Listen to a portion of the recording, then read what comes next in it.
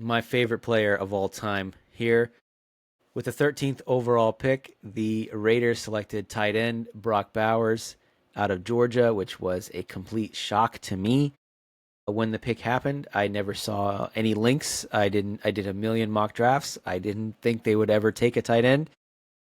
And I think I know what grade you're going to give him, but go for it. What'd you give Brock Bowers? I'm giving him an F. No, I'm giving him an A plus. Khaled. Um, I mean, this is probably one of the most impressive rookie seasons from a tight end. He has 112 receptions, almost 1,200 yards, 5 touchdowns. I mean, that would probably put him as like the third best wide receiver in this class with those numbers alone.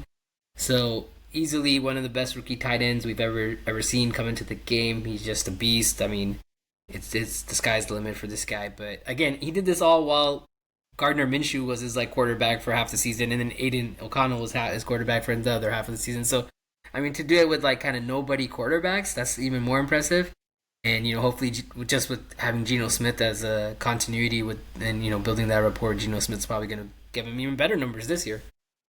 I gave him an A plus plus plus plus. I literally You wrote A can't do plus. that, Khaled. You I can't know, give him right? an A plus plus plus plus.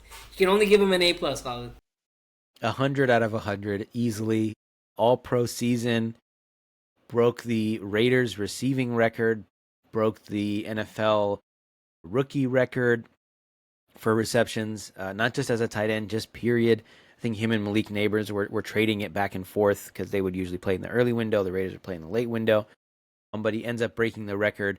And I had, pretty high expectations for him coming in, but he just blew everything out of the water, especially after they traded Devontae Adams.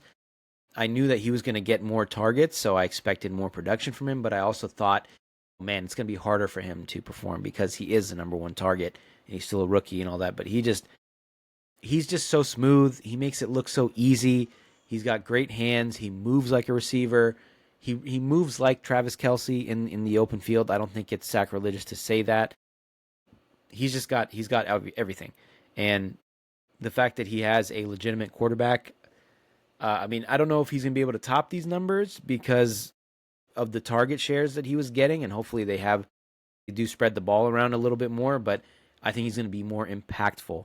He's gonna have more touchdowns and things like that. So just yeah, they knocked us out of the park. And I think this was reason enough to keep the previous GM. I know they wanted a whole regime change, but I think this pick alone would have been like, hey, I picked Brock Bowers, and nobody thought I was going to pick him, and he's, maybe top three tight end in the league right now, maybe top one. I don't know, but it's hard to argue.